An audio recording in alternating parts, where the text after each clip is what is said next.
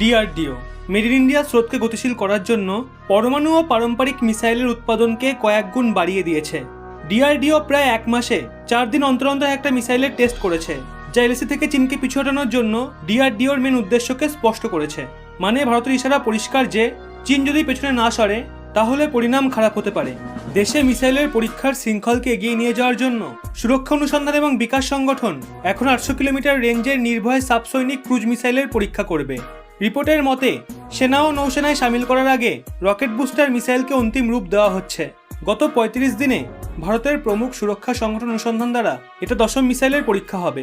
যেই নির্ভয় মিসাইলের পরীক্ষা হতে চলেছে সেটা 1000 কিলোমিটারের দূরত্ব আঘাত করার ক্ষমতা রাখে। এটা কোনো রকম এদিক ওদিক না করে সোজা নিজের টার্গেট আঘাত করে। এটা দুভাগের মিসাইল। এর প্রথম ভাগে লাম্বুয়ান্ত এবং দ্বিতীয় ভাগে সিতিজ। এটা প্রথমে পারম্পরিক রকেটের মতো সোজা ওপরে যায় আর তারপর সিতি চড়া শুরু করার জন্য 90 ডিগ্রি বাঁক নেয়। এভাবে সে তার লক্ষ্যকে নিশানা করে। নির্ভয় মিসাইলকে ডিআরডিও নিজেই তৈরি করেছে। এই মিসাইলে ধীরগতিতে এগিয়ে যেতে, সুন্দর নিয়ন্ত্রণ এবং দিশানির্দেশ, সঠিক পরিণাম দেওয়া তথা র্যাডারের মধ্যে দিয়ে এগিয়ে যাওয়ার ক্ষমতা আছে। এই supersonic cruise missile advance system laboratory দ্বারা বিকশিত করা হয়েছে।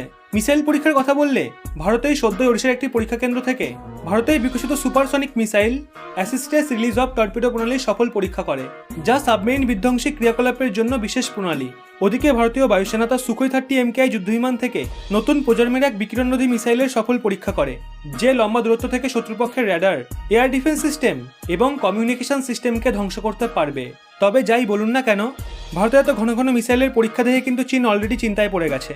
সাবধান, কোন দিন আবার এটা না শোনেন যে চীনের রাষ্ট্রপতি চিন্তায় চিন্তায় হার্ট অ্যাটাক হয়েছে। বলা তো যায় না, হতেই পারে, কারণ চীনের ভেতরে চরম বিরোধিতা আর বাইরে ভারত সহ গোটা দুনিয়ার চাপ। একসঙ্গে কতগুলো হেডেক নেওয়া সম্ভব? আপনারা কি বলেন অবশ্যই কমেন্টে জানান। আদিত্য সিংহ রায় এবং প্রলয় চক্রবর্তী সহ অনেকে এই পরিবারের এমন কিছু সদস্য যারা বেশ সুন্দর সুন্দর কমেন্ট করে।